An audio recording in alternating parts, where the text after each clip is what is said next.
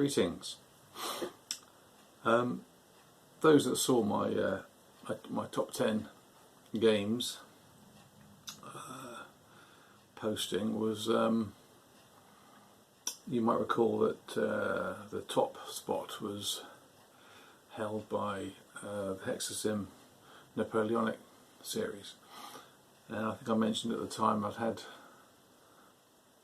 3 of the titles. I had the Ligny and the Quatre Bras, which I played both of, both individually and combined, and the Austerlitz game, which I've still not played.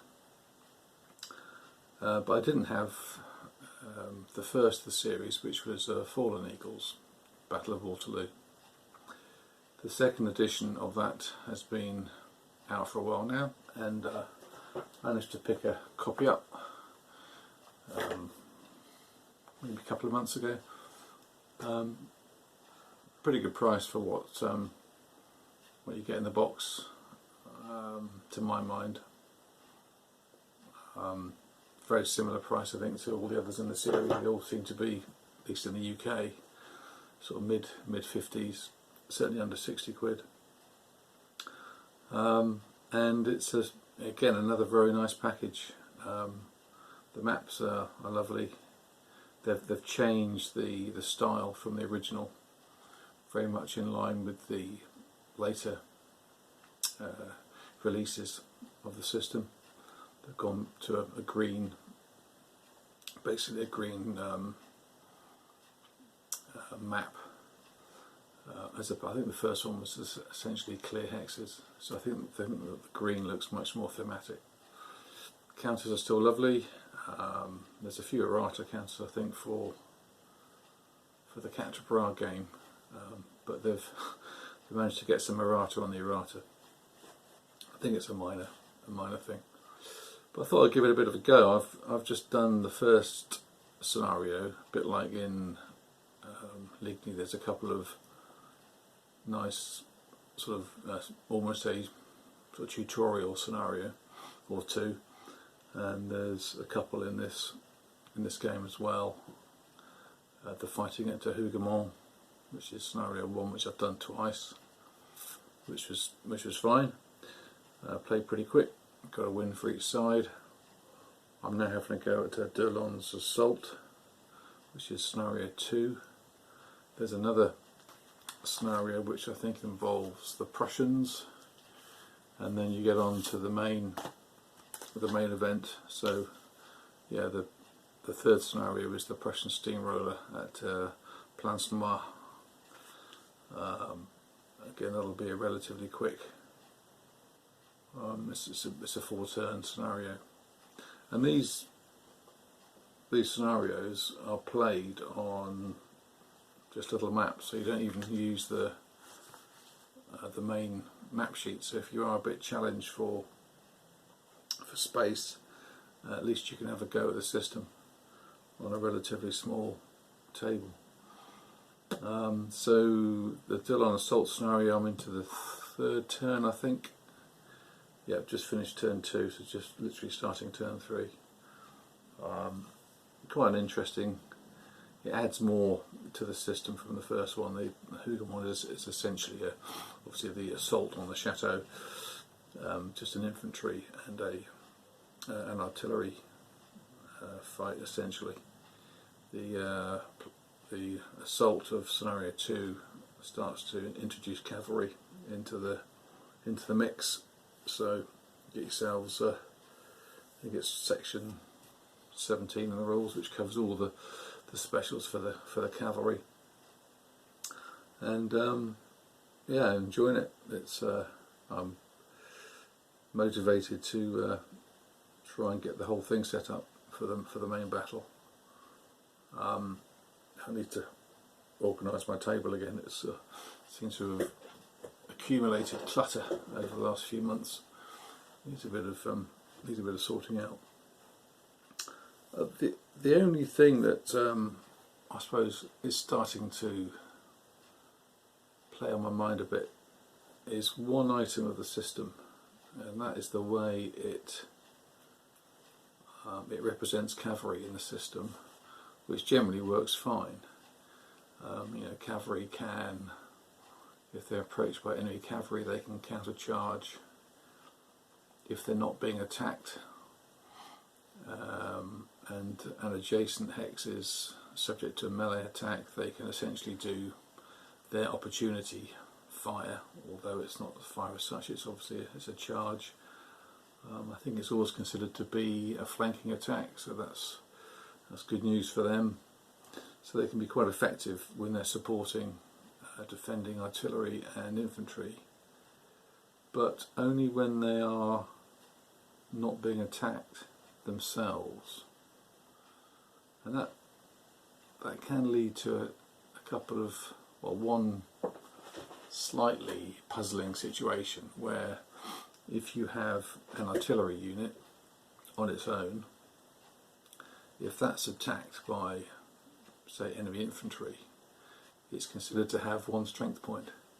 So very easy to rack up 5-to-1 odds and get the -5, which is a big effect on the melee table.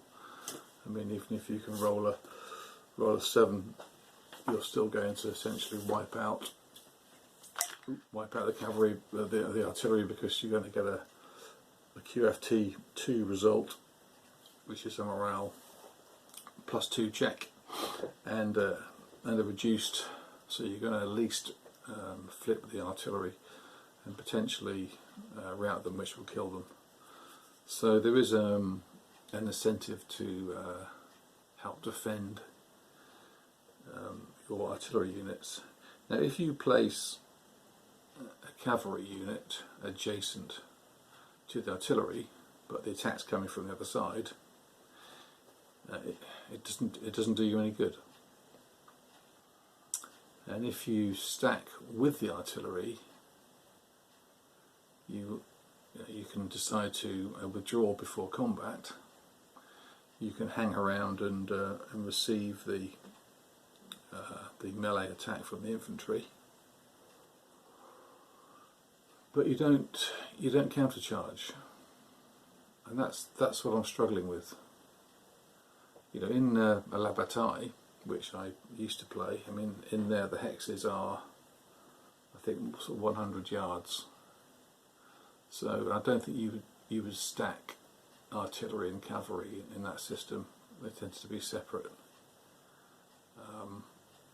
But these are 200 metre plus hexes. So you've got 4 times the area. So there seems to be no reason why you couldn't at least stack the cavalry with the artillery, which you can do legally. There's no rule which forbids that. But then why can't the cavalry react with a countercharge against approaching enemy infantry? If they were cavalry attacking, they are allowed to countercharge, whether they're stacked with the artillery or not. So why would they just? If you imagine infantry in a system, they can typically move 4 hexes. So that's 800 meters. It's quite a distance, quite a bit of time. Would they just sit behind the guns and let the infantry approach and possibly back off, or just stand still and meet the melee head on, or would they attempt to countercharge the threat?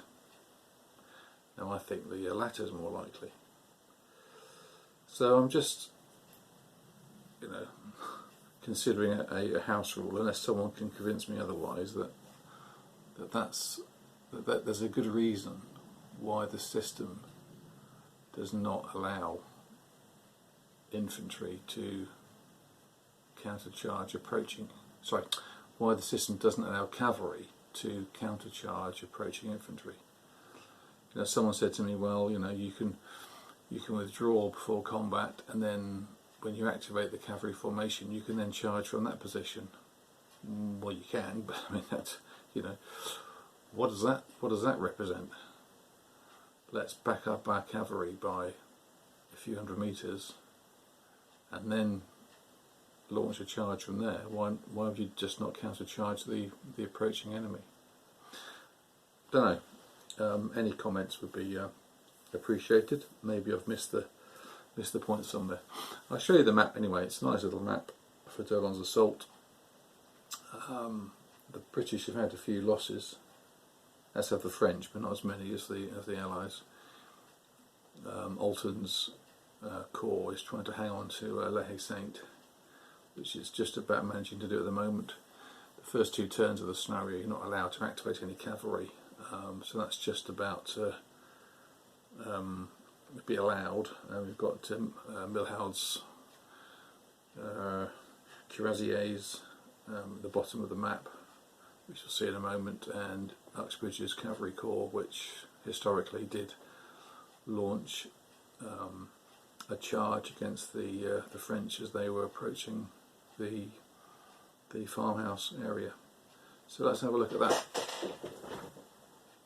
Start from back here. You can see the extent of the play area. So it's like so is that like a quarter of a standard map sheet or something? So here we have Milhaud's cuirassiers. So they've been static for the first 2 turns. The number of activations gradually builds over the first 2 or 3 turns. And we have the Grand Battery, commanded by Drouot, which has been pounding the Allied line and actually caused them quite a lot of headaches. Some troops have used their discretion, better part of valour and all that to head north, but they're hanging on.